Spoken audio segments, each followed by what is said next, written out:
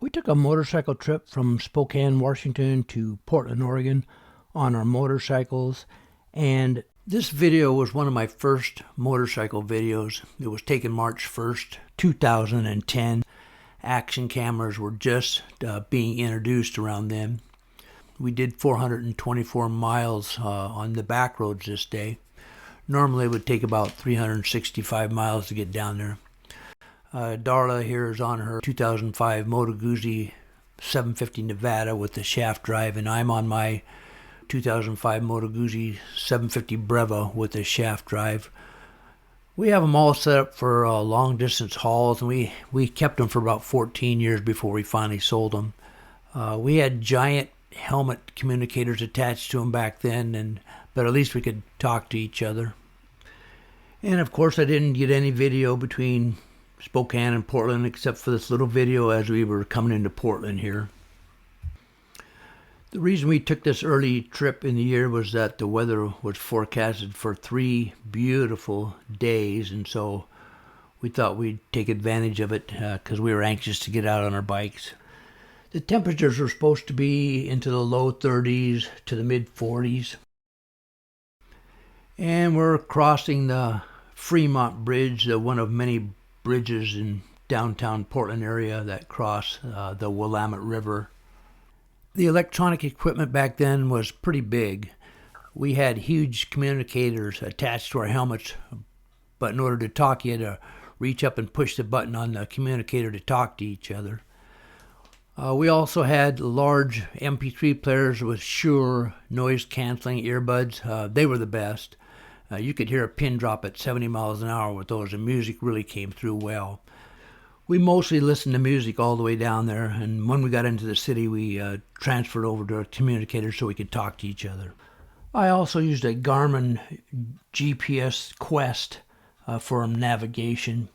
It was really a dinosaur compared to what you can get nowadays.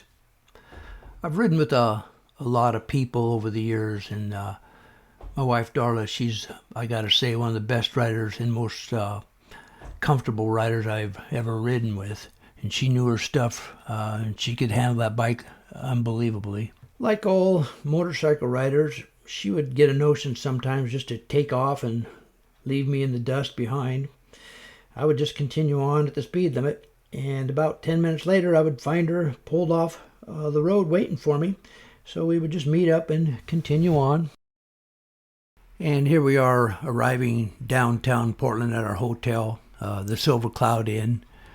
We pulled in there after like about 9 hours of riding, and we spent 2 nights here at this motel.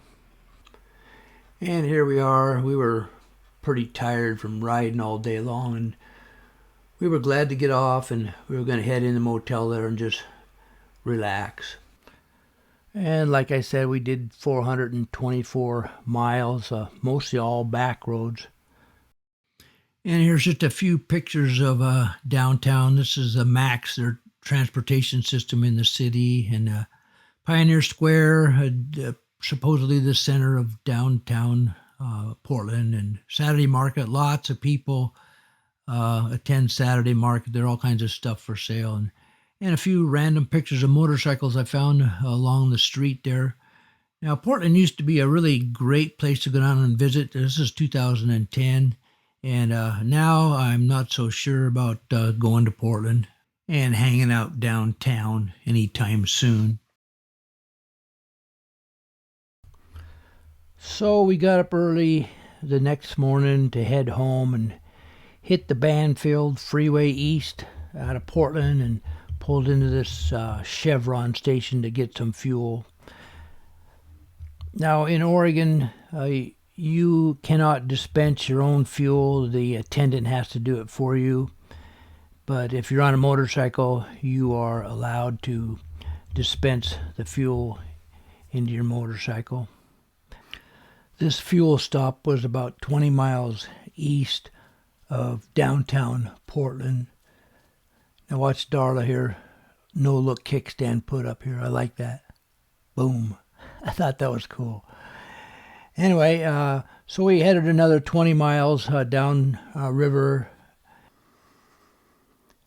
And remember, I mentioned that we were supposed to have 3 days of just really beautiful weather with sunshine. Well, that didn't happen. On this particular day, it started raining a little bit here and there. And so we took off and traveled another 15 miles down the freeway.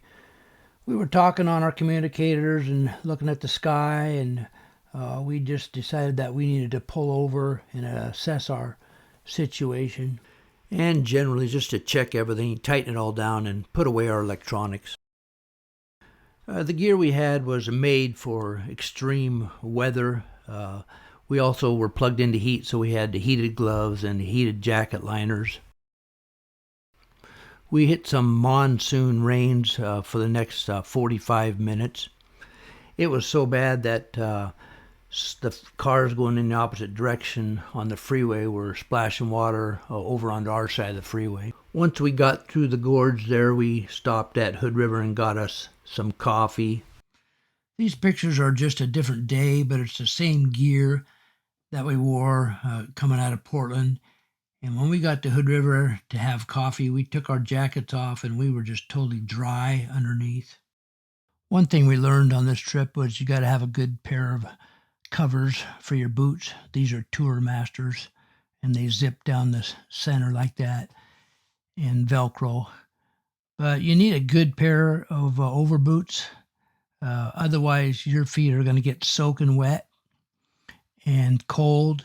And these Tour Masters kept our feet after that nice and dry, and it also keeps your feet warm. Also, during those monsoons, our gloves got totally soaking wet and our hands got a little chilly. So we learned that we needed some overgloves. These are first gear overgloves. Those are XXLs for me. They just slip right over. We dilly-dallied around a little too long, and that caused us to start riding into the nighttime, and we don't like riding in the night, so we decided to stop short of Spokane and get a motel. We woke up the next morning and discovered it was so cold there was ice all over our motorcycles. The sky was blue and the sun was out, but it just was really cold and icy, as you can see on the bikes there. But we waited till about 11 o'clock and then headed home.